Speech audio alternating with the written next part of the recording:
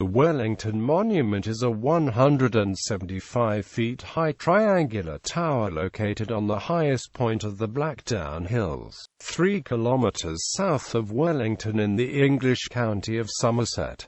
It is a Grade II * listed building. The monument was designed to commemorate the Duke of Wellington's victory at the Battle of Waterloo. Construction of the original design commenced in 1817. A revised and cheaper design was eventually used, though, and building was completed in 1854. It is now owned by the National Trust, who closed the monument to the public in 2007, owing to safety concerns. Surveys have shown that extensive renovation work will be needed to reopen the internal staircase to the viewing platform. As of 2015, the work is still ongoing. Construction. The monument was erected to celebrate the Arthur Wellesley, 1st Duke of Wellington's victory at the Battle of Waterloo. Following his victory at the Battle of Talavera, Wellesley was ennobled. As he was abroad, his brother chose the name of the Somerset town because of its similarity to the family name. Although Wellesley had never visited it, Parliament awarded him £100,000, and with this he bought 2 manors in the town, including the land the monument now stands on. The monument was proposed in 1815 by William Sanford of Ninehead Court, and he started a public subscription to pay for it. Within months, £1,450 had been raised and a design competition was held. The winning entry envisaged a 95-feet pillar with 3 cottages at the base to house old soldiers as caretakers. It was designed by Thomas Lee and the foundation stone was laid by Lord Somerville in 1817. By 1818 the column was 47 feet high, but all funds had been spent. Another appeal raised further funds, and the column was raised to 121 feet by 1820.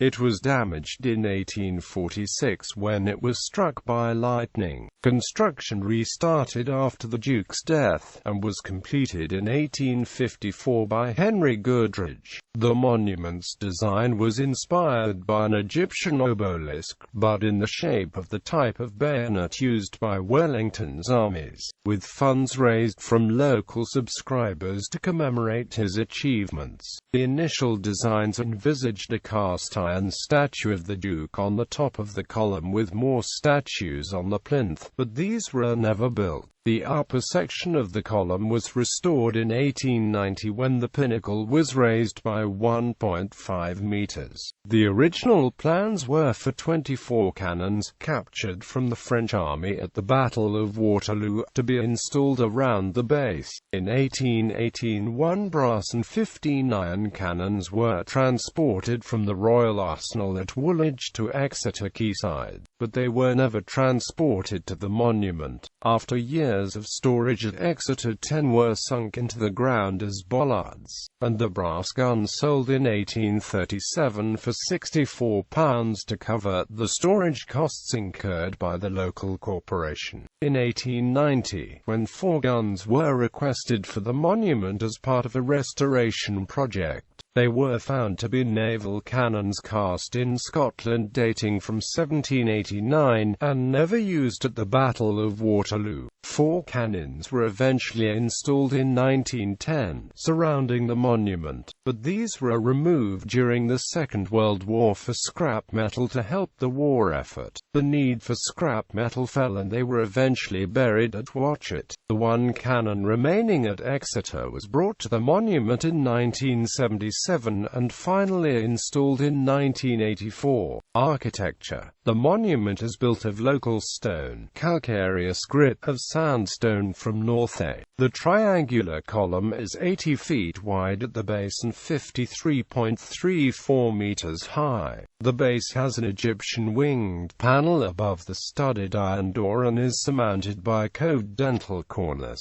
A counterweight hangs inside the top of the monument to help balance it in windy weather. An internal staircase ascends to a viewing platform, which has 3 circular windows, 1 on each face.